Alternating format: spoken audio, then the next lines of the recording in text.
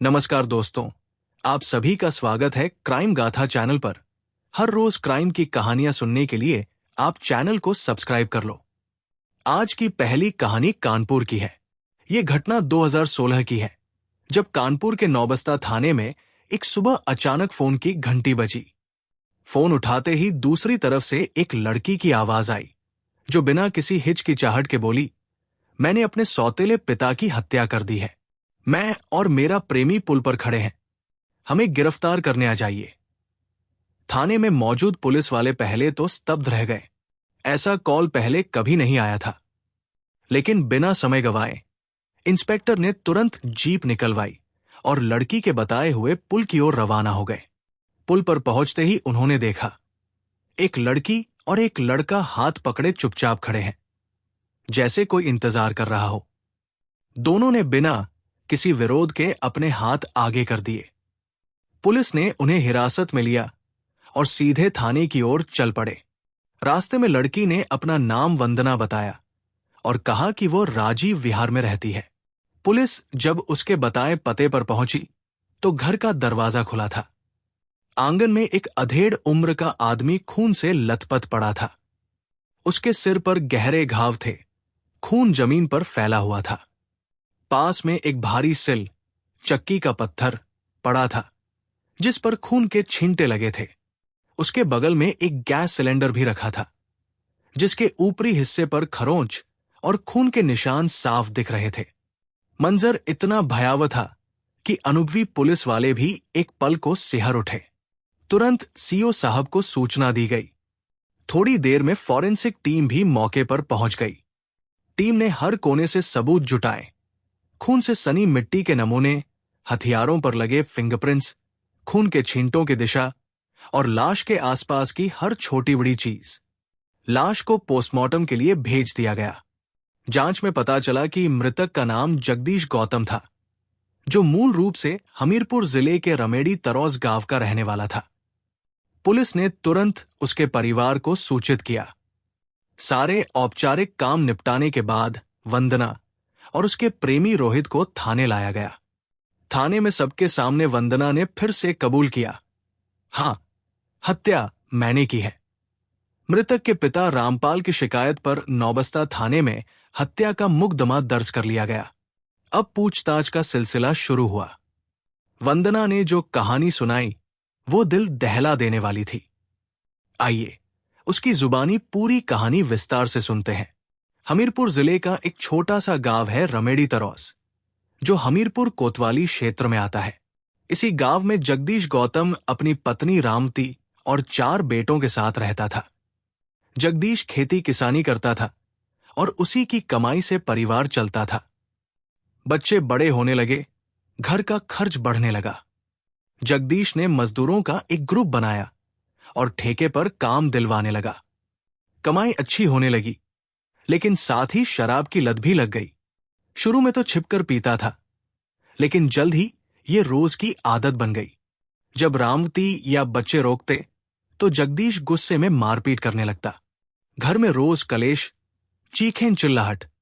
2 बड़े बेटे तंग आकर दिल्ली भाग गए। बाकी बच्चे दादा रामपाल के पास चले गए। परिवार पूरी तरह बिखर गया। रामती अकेली पड़ गई। वो जगदीश को समझाती, लेकिन वो और भड़क जाता। रामती की सेहत दिन ब दिन खराब होती गई। वो चिंता और तनाव में घुलने लगी। जगदीश ने न तो उसका इलाज कराया, न परवाह की। 1 साल तक बीमारी से जूझने के बाद रामती की मौत हो गई। पत्नी के जाने के बाद जगदीश पूरी तरह अकेला हो गया। न माँ बाप साथ थे, न बेटे। दिन भर मजदूरों के साथ काम, रात को घर लौटकर खुद खाना बनाता। पत्नी की कमी खलती थी। इसी अकेलेपन में उसकी नजर पड़ोसन कृष्णा उर्फ किशनिया पर पड़ी। किशनिया का पति सुमेर की मौत हो चुकी थी। वो 3 बच्चों, 1 बेटे और 2 बेटियों को मेहनत मजदूरी से पाल रही थी। जगदीश उसके घर आने जाने लगा। दोनों अकेले थे, एक दूसरे की तरफ खिंचे चले गए, लेकिन कोई बोल नहीं पाया। आखिरकार जगदीश ने हिम्मत की और किशनिया से अपने दिल की बात कह दी। किशनिया ने सोचा, फिर राजी हो गई, लेकिन शर्त रखी, मुझे और मेरे बच्चों को सबके सामने अपनाओ। जगदीश मान गया। गांव की पंचायत बुलाई गई। ग्राम प्रधान और पंचों के सामने जगदीश ने किशनिया और उसके तीनों बच्चों को गोद ले लिया। लेकिन जगदीश के माँ बाप और बेटों को यह रिश्ता बिल्कुल मंजूर नहीं था। वे इसे कलंक मानते थे। किशनिया की बड़ी बेटी वंदना थी। जगदीश शुरू में सब बच्चों से प्यार करता था, लेकिन वंदना पर कुछ ज्यादा ही मेहरबान रहता। उसकी हर जिद पूरी करता। 3 साल तक जगदीश किशनिया के साथ रहा, लेकिन धीरे धीरे उसका मन उचटने लगा। अब उसकी नजर वंदना पर बुरी तरह जम चुकी थी। प्यार के बहाने छूना, गले लगाना, कभी हदें पार करना। वंदना नाराज होती तो तोहफे देकर मना लेता। उसकी नीयत दिन ब दिन खराब होती गई। एक दिन जगदीश ने वंदना को कानपुर ले जाने का प्लान बनाया। पढ़ाई का बहाना बनाया।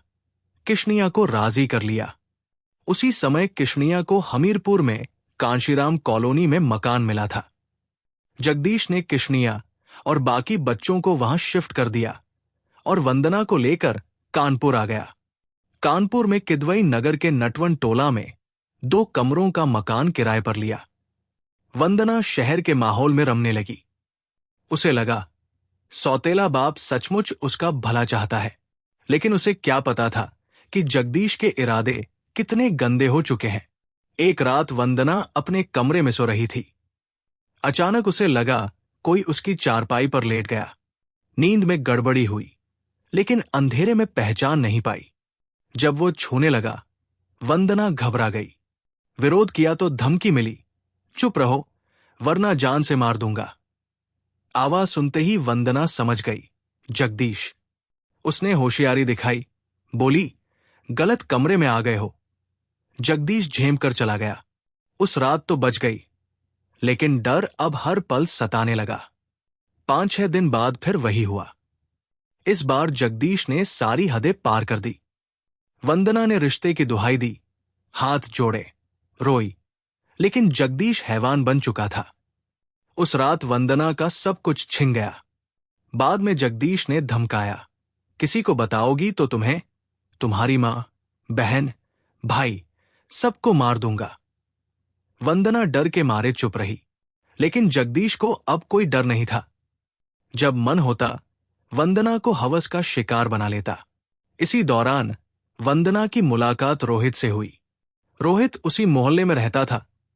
पास की फैक्ट्री में नौकरी करता था। पैसे ज्यादा नहीं, लेकिन खुद पर खर्च करता, रहन सहन अच्छा। पहली मुलाकात में ही दोनों को एक दूसरे में दिलचस्पी हुई। बातें बढ़ी, नजदीकियां बढ़ी। रोहित ने प्यार का इजहार किया तो वंदना टूट गई। उसने सारी सच्चाई बता दी। जगदीश की हैवानियत, जबरदस्ती, डर। उसे लगा अब उसकी जिंदगी किसी रिश्ते के लायक नहीं, लेकिन रोहित ने साथ नहीं छोड़ा। उसका प्यार और गहरा हो गया। उसने ठान लिया, वंदना को बचाएगा। जगदीश को जब रोहित और वंदना की नजदीकियों का पता चला, वो आग बबूला हो गया। पहले रोहित की पिटाई की, फिर वंदना पर सख्ती बढ़ा दी। मकान खाली करवाया, चंदीपुरवा में नया मकान लिया ताकि मुलाकातें बंद हों। लेकिन रोहित हारा नहीं, वहां भी मिलने पहुंच जाता। जनवरी 2016 में जगदीश ने राजीव विहार, नौबस्ता में फिर मकान लिया। शुरू के 2-3 महीने ठीक रहे, लेकिन रोहित फिर आने लगा। जगदीश को पता चला तो वंदना को पीटा, रोहित से लड़ाई की। मारपीट रोज की बात हो गई। आखिरकार रोहित और वंदना ने फैसला लिया, अब और नहीं सहेंगे। 25 जुलाई 2016 की सुबह करीब 10 बजे वंदना ने रोहित को घर बुलाया। दोनों ने जगदीश के सामने शादी की बात रखी। जगदीश ने पहले तो हामी भरी, लेकिन साथ रहने की एक घिनौनी शर्त रख दी। दोनों समझ गए, इनकार कर दिया। जगदीश भड़क उठा, रोहित को पीटने लगा। वंदना से रहा नहीं गया। उसने पास पड़ी सिल उठाई और जगदीश के सिर पर दे मारी। जगदीश लड़खड़ा कर गिरा, लेकिन वंदना नहीं रुकी। उसने कई बार सिल से वार किए। रोहित भी गुस्से में आ चुका था। उसने रसोई से गैस सिलेंडर उठाया और जगदीश के सिर पर 2 जोरदार वार किए। सिर फट गया, खून बह निकला। कुछ ही मिनट में जगदीश की मौत हो गई। हत्या के बाद दोनों कुछ देर शांत बैठे, फिर दरवाजा बंद किया और घर से निकल गए। मोहल्ले वालों ने उन्हें जाते देखा, लेकिन किसी को शक नहीं हुआ। करीब 5 घंटे इधर उधर घूमते रहे, सोचते रहे अब क्या। आखिर वंदना ने रोहित के फोन से पुलिस को कॉल कर दी, सारा सच बता दिया। थोड़ी देर में पुलिस आई, दोनों को गिरफ्तार कर लिया। 24 जुलाई 2016 को नौबस्ता पुलिस ने रोहित और वंदना को कानपुर कोर्ट में पेश किया। मजिस्ट्रेट के सामने सुनवाई हुई। रोहित को जिला जेल भेज दिया गया। वंदना नाबालिग थी, इसलिए उसे बाल सुधार गृह भेजा गया। कानून के मुताबिक नाबालिगों की सजा अलग तरीके से होती है। ये कहानी सिर्फ हत्या की नहीं, बल्कि टूटते रिश्तों, हैवानियत और बदले की है। अब आज की दूसरी कहानी शुरू करते हैं। मध्य प्रदेश के सागर शहर की ये कहानी है। ये घटना 2025 की है, ठीक 22 अगस्त की शाम की। शाम के करीब 4 बजे का वक्त था, जब घर में पत्नी साधना और उनके सौतेले बेटे अजय के बीच जोरदार झगड़ा हो गया। बात इतनी बढ़ गई कि दोनों एक दूसरे पर चिल्ला रहे थे। घर के मुखिया यानी साधना के पति और अजय के पिता ने किसी तरह बीच बचाव किया। उन्होंने दोनों को समझाया, डांटा और आखिरकार झगड़े को शांत कर दिया। फिर वे कुछ सामान खरीदने के लिए बाजार चले गए। घर में सिर्फ साधना और अजय रह गए थे। पिता को लगा कि अब सब ठीक हो जाएगा, लेकिन जब वे करीब 1.5 घंटे बाद घर लौटे तो बाहर से ही कुछ अजीब लगा। घर की सारी लाइटें बंद थी, लेकिन मुख्य दरवाजा खुला हुआ था। उन्हें थोड़ा संदेह हुआ, क्योंकि पत्नी और बेटा घर पर थे। फिर दरवाजा क्यों खुला है? फिर भी उन्होंने ज्यादा ध्यान नहीं दिया और अंदर चले गए। अंदर घुसते ही वे सीधे किचन की ओर गए, लेकिन वहां का मंजर देखते ही उनकी चीख निकल पड़ी। फर्श पर उनकी 45 साल की पत्नी साधना खून से लथपथ पड़ी हुई थी। उसके गले पर गहरे निशान थे, सिर पर चोट के निशान साफ दिख रहे थे और खून चारों तरफ फैला हुआ था। यह दृश्य इतना भयानक था कि पति के होश उड़ गए। वे चीखते हुए बाहर भागे और पड़ोसियों को आवाज दी। देखते ही देखते मोहल्ले के लोग इकट्ठा हो गए। किसी ने तुरंत पुलिस को फोन कर दिया। सूचना मिलते ही गोपालगंज थाना प्रभारी राजेंद्र सिंह कुशवाहा अपनी पूरी टीम के साथ नाखरे वाली गली में स्थित उस मकान पर पहुंच गए। मौके का मुआयना किया गया तो मामला साफ तौर पर हत्या का लग रहा था। लाश के पास कोई हथियार नहीं मिला, लेकिन गले पर दबाने के निशान और सिर पर कुंदी से वार किए गए घाव साफ बता रहे थे कि यह सुनियोजित हत्या है। थाना प्रभारी की सूचना पर एडिशनल एसपी लोकेश सिन्हा भी तुरंत मौके पर पहुंच गए। इस बीच साधना के पति ने पुलिस को बताया कि करीब 1.5 घंटे पहले घर में पत्नी साधना और छोटे बेटे अजय के बीच झगड़ा हुआ था। उन्होंने किसी तरह दोनों को शांत कराया था और फिर बाजार चले गए थे। लेकिन जब लौटे तो बेटा अजय घर से गायब था और पत्नी खून में लथपथ पड़ी थी। अजय का मोबाइल बंद था, घर की अलमारी खुली हुई थी और साधना के सोने चांदी के गहने, नकद पैसे सब गायब थे। पुलिस को जब यह पता चला कि अजय साधना का सगा बेटा नहीं बल्कि सौतेला बेटा था, तो शक की सुई तुरंत उसी पर घूम गई। इसी बीच सागर के एसपी के निर्देश पर एडिशनल एसपी लोकेश सिन्हा के नेतृत्व में एक स्पेशल टीम गठित की गई। इस टीम में गोपालगंज के टीआई राजेंद्र सिंह कुशवाहा और कोतवाली के टीआई मनीष सिंघल शामिल थे। टीम को अजय की तलाश में लगा दिया गया। सबसे पहले साइबर सेल की मदद से अजय के मोबाइल की कॉल डिटेल्स निकलवाई गई। जांच में चौंकाने वाली बात सामने आई। अजय एक खास नंबर पर रोजाना कई बार बात करता था। घटना वाले दिन तो उस नंबर पर करीब 30 बार कॉल की गई थी। पुलिस ने उस नंबर की लोकेशन ट्रेस की। पता चला कि वो नंबर गोपालगंज एरिया से निकलकर सिरोंज में एक्टिव है। तुरंत एक टीम सिरोंज पुलिस की मदद से वहां पहुंची और एक मकान पर छापा मारा। वहां से अजय और उसका दोस्त राहुल यादव दोनों पकड़े गए। तलाशी लेने पर अजय के पास से घर से चोरी किए गए सारे जेवर और नकद रकम बरामद हो गई। सागर लाए जाने के बाद अजय और राहुल के पास अब झूठ बोलने या बचने का कोई रास्ता नहीं बचा था। पुलिस की सख्त पूछताछ में दोनों टूट गए और सारा सच उगल दिया। अजय ने कबूल किया कि उसकी सौतेली मां साधना से उसकी कभी नहीं बनी। वो हर छोटी बड़ी बात में टोकती थी। ऊपर से पापा को भी मेरे खिलाफ भड़काती रहती थी। पापा जब घर आते तो वो मेरे खिलाफ कुछ न कुछ शिकायत कर देती। अजय ने बताया कि उसे सबसे ज्यादा गुस्सा तब आता था जब साधना उसके दोस्त राहुल के साथ घूमने फिरने पर टोकती थी। उसे लगता था कि साधना उसकी जिंदगी में बेवजह टांग अड़ा रही है। धीरे धीरे उसके मन में साधना के लिए नफरत इतनी बढ़ गई कि वो सोचने लगा कि साधना को ही रास्ते से हटाना होगा, तभी उसकी जिंदगी ठीक होगी। राहुल से उसने सारी बातें शेयर की थी। दोनों ने कई बार मिलकर चर्चा की कि साधना को हटाना पड़ेगा।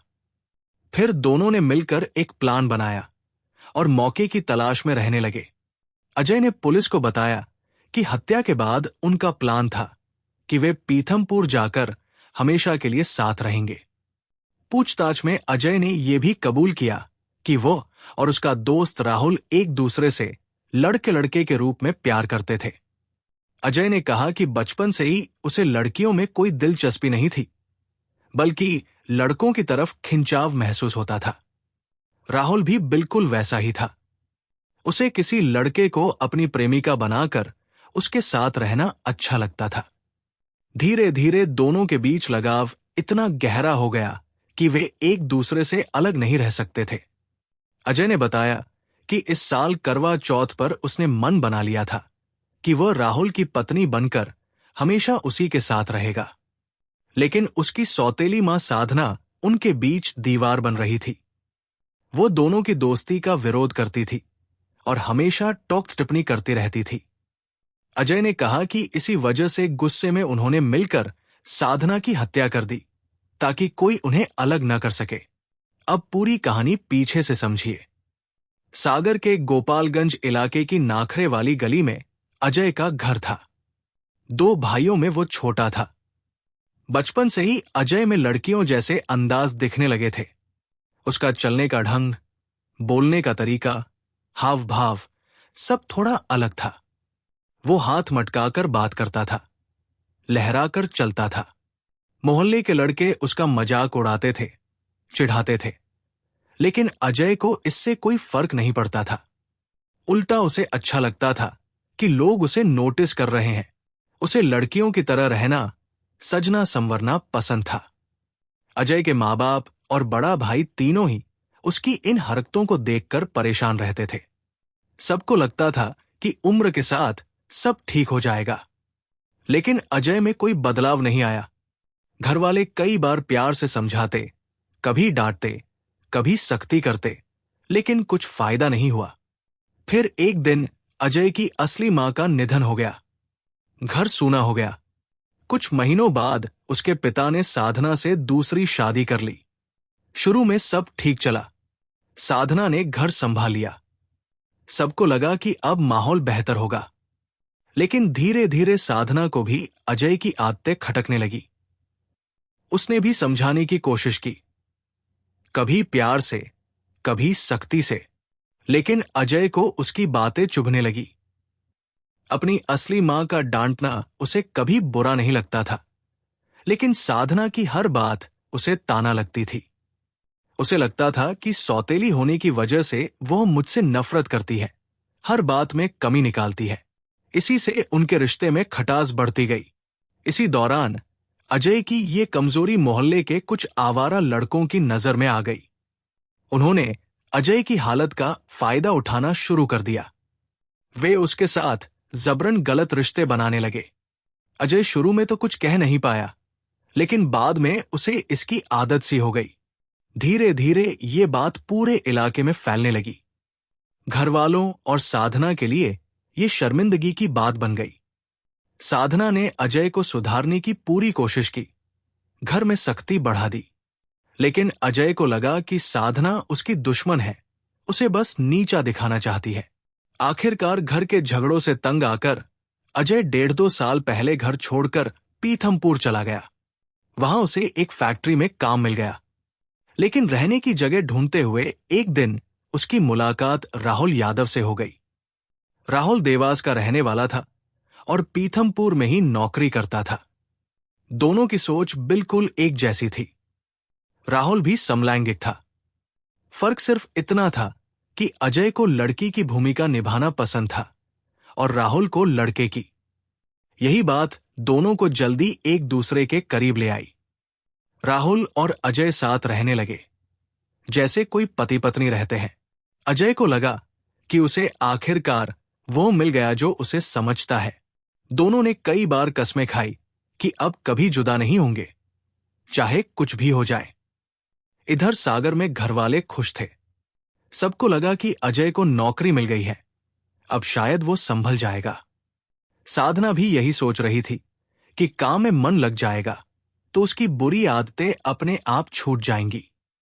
लेकिन किसी को क्या पता था कि पीथमपुर में नौकरी के साथ साथ अजय को ऐसा साथी मिल गया है जिसने उसकी उसी आदत को और मजबूत कर दिया जिसे घरवाले मिटाना चाहते थे। अजय हर 2 महीने में पीथमपुर से सागर घर आता था। शुरू में साधना ने ध्यान नहीं दिया, लेकिन बाद में उसने देखा कि अजय जब भी आता है फोन पर किसी से घंटों बात करता रहता है। उसे शक हुआ। एक रात उसने चोरी छिपे अजय की बात सुनी। अजय अपने दोस्त से अजीब तरह की बातें कर रहा था। यह सुनकर साधना समझ गई कि अजय की पुरानी आदत अब भी नहीं छूटी। उसे बहुत झटका लगा।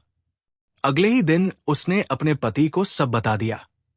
कहा कि अजय की आदत पीथमपुर जाकर भी नहीं बदली, इसलिए उसे यही बुला लो, वरना बात और बिगड़ जाएगी। पिता खुद भी अजय की हरकतों से परेशान थे, लेकिन समझ नहीं पा रहे थे कि क्या करें।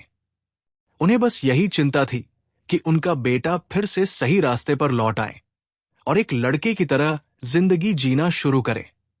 सच्चाई सामने आने के बाद साधना ने अजय को फिर से समझाना और डांटना शुरू कर दिया। अब अजय के मन में साधना के लिए नफरत और गुस्सा और बढ़ गया। उसे लगने लगा कि उसकी सौतेली मां ही उसकी जिंदगी की सबसे बड़ी रुकावट है। उसने अपनी सारी बातें राहुल को बताई। दोनों ने मिलकर तय कर लिया कि अब सागर लौटने का कोई फायदा नहीं। उन्हें हमेशा साथ रहना है, लेकिन साथ रहने के लिए पैसों की जरूरत थी।